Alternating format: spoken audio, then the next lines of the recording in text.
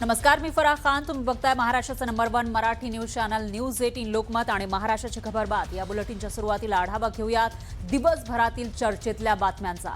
पहिली बातमी आहे अर्थातच माणिकराव कोकाटेंच्या राजीनाम्याविषयी. माणिकराव कोकाटेंनी मंत्रिपदाचा राजीनामा अखेर दिलेला आहे. उपमुख्यमंत्री अजित पवारांनी हा राजीनामा स्वीकारलाय. शासकीय सदनिकेसाठी बनावट कागदपत्र सादर केल्याबद्दल कोकाटेंना 2 वर्षांची शिक्षा ठोठावण्यात आली. कोकाटेंना लवकरच अटक होण्याची शक्यता आहे आणि याविषयीचे प्रत्येक अपडेट आपण न्यूज 18 लोकमतच्या माध्यमातून घेणार आहोत. दुसरी बातमी आहे धनंजय मुंडे यांच्याविषयीची. धनंजय मुंडेंनी केंद्रीय गृहमंत्री अमित शहांची भेट घेतलेली होती आणि यावरून राजकीय वर्तुळात चर्चा सुरू झाली. एकीकडे मुंडेंचं राज्य मंत्रिमंडळामध्ये कमबॅक होणार अशी चर्चा आहे, तर दुसरीकडे धनंजय मुंडेंनी भाजप प्रवेशासाठी अमित शहांची भेट घेतली अशी चर्चा सुरू आहे. दरम्यान राष्ट्रवादीच्या नवाब मलिकांमुळे महायुतीमध्ये मिठाचा खडा पडलेला आहे. भाजप आणि शिवसेनेनं मलिकांना विरोध केलाय आणि त्यामुळे मुंबईत केवळ शिवसेना आणि भाजप एकत्र निवडणूक लढणार आहेत. तर साताऱ्याच्या सावरी गावामध्ये सापडलेल्या ड्रग्जवरून राजकीय आरोप प्रत्यारोप सुरू झाले आहेत आणि या प्रकरणाचा संबंध उपमुख्यमंत्री एकनाथ शिंदे यांच्या भावाशी असल्याचा आरोप सुषमा अंधारेंनी केलाय. तर दुसरीकडे सातव यांनी भाजपमध्ये प्रवेश केल्यानं हा काँग्रेससाठी दुहेरी धक्का मानला जातोय. एका बाजूला हिंगोलीमध्ये काँग्रेसच्या संघटनात्मक बाबींवर परिणाम होणार आहे, तर दुसरीकडे विधान परिषदेमधील समीकरणं देखील बदलणार आहेत. या सगळ्या बातम्या आपल्याला या बुलेटिनमध्ये सविस्तर रूपानं बघायच्या आहेत. सुरुवातीला आजची सगळ्यात मोठी बातमी आहे कोकाटेंच्या राजीनाम्याची. माणिकराव कोकाटेंचा मंत्रिपदाचा राजीनामा अखेर झालेला आहे. उपमुख्यमंत्री अजित पवारांनी तो स्वीकारल्याची माहिती सुद्धा समोर येते. शासकीय सदनिकेसाठी बनावट कागदपत्र सादर केल्याबद्दल कोकाटेंना 2 वर्षांची शिक्षा ठोठावण्यात आली. मुख्य म्हणजे 2 दिवसांपूर्वी ही शिक्षा ठोठावण्यात आली आणि आज त्यांनी मंत्रिपदाचा राजीनामा दिलाय. त्यांच्या विरोधामध्ये अटक वॉरंट सुद्धा कोर्टानं जारी केला आहे आणि त्यानंतर कोकाटेंनी अजितदादांकडे राजीनामा सोपवला होता आणि यानंतर कोकाटेंकडे असलेलं क्रीडा आणि अल्पसंख्याक विकास हे खातं काढून अजित पवारांकडे सोपवण्यात आलेलं अशी माहिती आहे. आता अजित पवारांनी हा राजीनामा स्वीकारलाय असं कळतंय. तर नाशिकहून पोलीस सुद्धा मुंबईच्या दिशेनं रवाना झाले. त्यामुळे कोकाटेंना कधीही अटक होऊ शकते.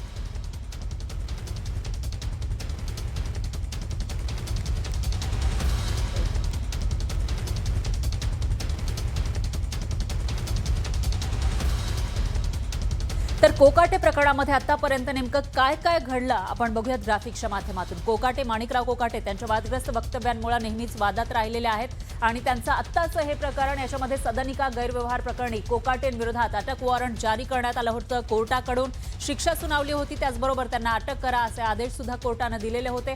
तर कोकाटेंची हायकोर्टामध्ये धाव, मात्र दिलासा नाही. ज्यावेळेला अटक वॉरंट जारी करण्यात आलं त्यानंतर कोकाटेंनी लगेचच हायकोर्टामध्ये धाव घेतली, मात्र हायकोर्टानं दिलासा देण्यास नकार दिला आणि शुक्रवारी यामध्ये सुनावणी होणार आहे. तर कोकाटे लीलावती रुग्णालयामध्ये त्यानंतर दाखल झाले. हायकोर्टानं त्यांना दिलासा देण्यास नकार दिला. अटक कधी होऊ शकते असं सांगितलं जात होतं आणि तेवढ्यातच ते रक्तदाब वाढला म्हणून लीलावती रुग्णालयामध्ये दाखल झाल्याची माहिती समोर आली आणि मुख्यमंत्र्यांनी कोकाटेंकडून खाती काढून घेतल्याचं काल संध्याकाळी समोर आलेलं होतं. कारण अशी व्यक्ती ज्या शिक्षा सुनावलेली आहे कोर्टानं, त्यांना मंत्रिपदावर ठेवता येत नाही असं कायदा सांगतो आणि त्यामुळे मुख्यमंत्र्यांनी स्वतः राज्यपालांना तसं पत्र पाठवलेलं होतं. अजित पवारांनी राजीनामा त्यानंतर स्वीकारल्याची माहिती ही समोर आलेली आहे. तर या सगळ्या घडामोडी मागील 2 दिवसांमध्ये घडलेल्या आहेत कोकाटेंच्या बाबतीमध्ये. कोकाटेंच्या याचिकेवर शुक्रवारी सुनावणी होणार आहे, म्हणजे उद्या ही सुनावणी होईल. त्यामुळे आता कोकाटेंना दिलासा मिळतो का, की पुढे नेमकं काय होतं आणि कोकाटेंना अटक होते का, याकडे आता सगळ्यांचं लक्ष आहे. नाशिक येथील 10वे अतिरिक्त मुख्य न्यायदंडाधिकारी यांच्याकडून श्री माणिकराव शिवाजीराव कोकाटे यांचे NBW वॉरंट प्राप्त झालेले आहे. त्याच्या बजावणीकरता नाशिक शहर पोलीस आयुक्तालयाची टीम मुंबईकरता रवाना होत आहे. काय आश्चर्य वाटत नाही, कारण सत्तेमध्ये असलेल्या लोकांना वेगळा न्याय या देशात असतो दुर्दैवाने, आणि विरोधी पक्षावर वेगळा न्याय असतो. आणि हे पहिल्यांदाच झालं असेल की मिनिस्टर विथ नो पोर्टफोलिओ, म्हणजे पोर्टफोलिओ काम नाही पण तुम्ही मंत्री आहात. हे काहीतरी वेगळं महाराष्ट्रात नवीन मॉडेल आहे. राहुल गांधी आणि सुनील केदार यांना चुकीच्या प्रकरणात अडवण्याचा प्रयत्न केला. त्यांचं सूत्र रद्द करण्यात आलं, पण कोकाटे रमी खेतानी सापडलेला आहे. त्यांनी पदाचा दुरुपयोग करून घरकुलं म्हणजे ताब्यात घेतलेले होते. हे सांगायचं तात्पर्य असं की हे सगळे रेकॉर्डर असताना सुद्धा या सरकारने त्यांना कृषी मंत्रीपद काढून त्यांना क्रीडा मंत्री केलं, त्यांची आमदारकी कायम ठेवली आणि हे सरकार द्वेषाने राजकारण करत आहे, कायद्याने नाही. फडणवीस मंत्रिमंडळातले भ्रष्टाचार आणि गुंडागर्दी या आरोपावरून जातात किंवा गेले. हा या सरकारला लागलेला काळी. 2 मंत्री गेले एकाच गटात. खरं म्हणजे शिंदे गटाचे असे असंख्य मंत्री आहेत, त्यांना तात्काळ बरखास्त केलं पाहिजे. पैशाच्या बॅगा दाखवत आहेत, पैसे मोजताना दिसत आहेत, असं असंख्य विषय आहेत. पण देवेंद्र फडणवीस टप्प्याटप्प्यानं गेम करतील, टप्प्याटप्प्या, आणि शेवटचा घाव ते मिंद्यांवरच घालतील. तर 2024 मध्ये महायुती सरकार स्थापन झाल्यापासून 2 राष्ट्रवादीच्या मंत्र्यांचा राजीनामा झाला आहे. राष्ट्रवादीच्या 2 मंत्र्यांचा राजीनामा झाला या वर्षभरामध्ये आणि आतापर्यंत अजित पवार अनेक वेळा वादात सापडलेले आहेत. ही प्रकरणं आपण बघूयात ग्राफिक्सच्या माध्यमातून.